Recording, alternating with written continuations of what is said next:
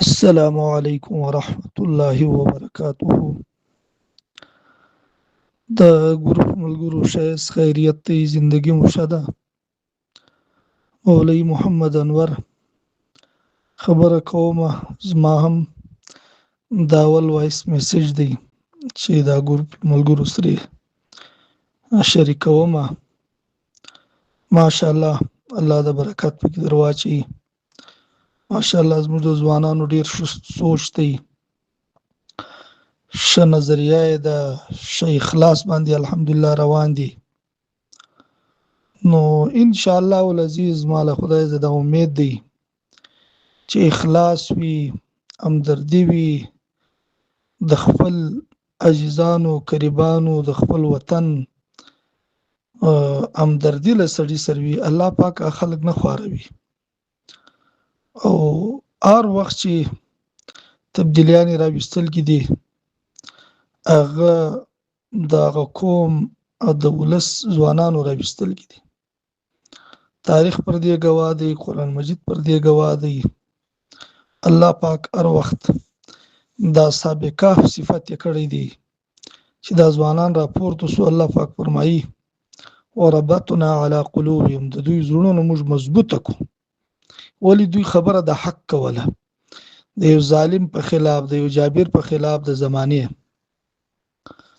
نو ان شاء الله العزیز الله پاک چې ته دونی قوت درکې، دا دونی مصیبتو ز اخلاص کاست، مزید امت وکي. بس د ځان د اصلاح د خپل نیت، بس چې نیت صحیح سو منزل اسانه دی.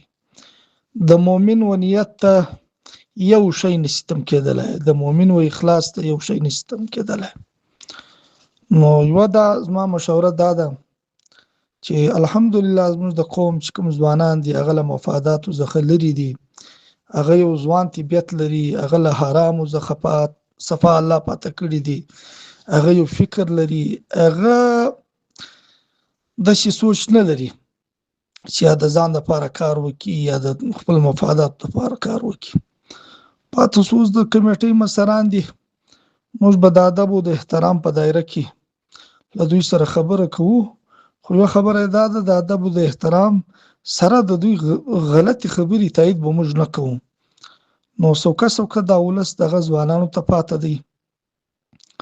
او دغه یو خبره د ملګری کوي چې ته لږ دا مهم لږ زیات کوي، که یو پروګرام جوړو، یو پروګرام راوغواړي او بیا د خپل موقف تحریرا ولیکي چې په ثبوت رسیدلې الزامات تهمتونه دا د سړي موقف کمزوري کوي. نو دا موقف تحریرا ولیکي او دا ولست کې شایع کوي او د هر خاندان والا راوغواړي. موږ ان شاء الله العزیز په هر طرف سره ان شاء الله استي په حق خبرې کې موږ ملګری یو. نو الله پاک د استي لشپږ طرف سره حفاظت وکي. الله مو پر دغه اخلاص باندې ثابت قدمه وساته. والسلام. ګوره اوس چې موږ په دا کبله سره ناست چې په کومو مسایلو باندې موږ دې سرګاریږو، په دې مسایلو کې موږ دا کوم ولس په چا نور غرض خو به منو نه شي، کوم بل غرض دی. او دا هر چا غولی، دا هر چا ټاټوبی، دا هر چا کور هغه لازوی څخه پاک کړي، دا د یونین او دا د دې کمیټې به غرض بل غرض خو نه شته. نو معنا دا څه چې په دې مسایلو کې تر ټولو عام زما ستا خپل ولس دی، دا مسایل نه دي. یو خبره دې کې شي په دې مسایلو کې د مسایلو په حل کې موږ خپل ولس خیر غواړو. غرب راغر خو نه دي، غرب راغر ها هم ځکه خو نه دي. جایداد خو نه دي، جایداد خو څوک پروت دي، دا خاطر دي کني غرب څوک سکه حساب چې کومه د څوک جایداد اوس لاړې غرب غیر وره.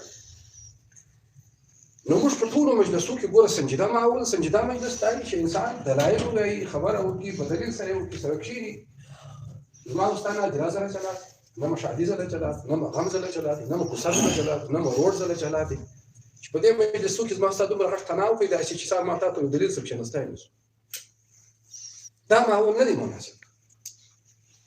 هر شي چې مجلس کې به شاوخوا وګر سرکل ته وګورئ، ما په سرکل کې د ما څومره شیان دي، شاید از ما مجلس خو ساز ما سرکل سره ټکر نه کسره دا ولستي، دا اوس موږ کمیټې دا یو سالس دی، دا لکلې سره نه شي. کدا سالس دا کمیټې له کلي سره کښینی ورشته زموږ ګیله پر دا چې نو د کمیټې خلک کلو سره معنا خپل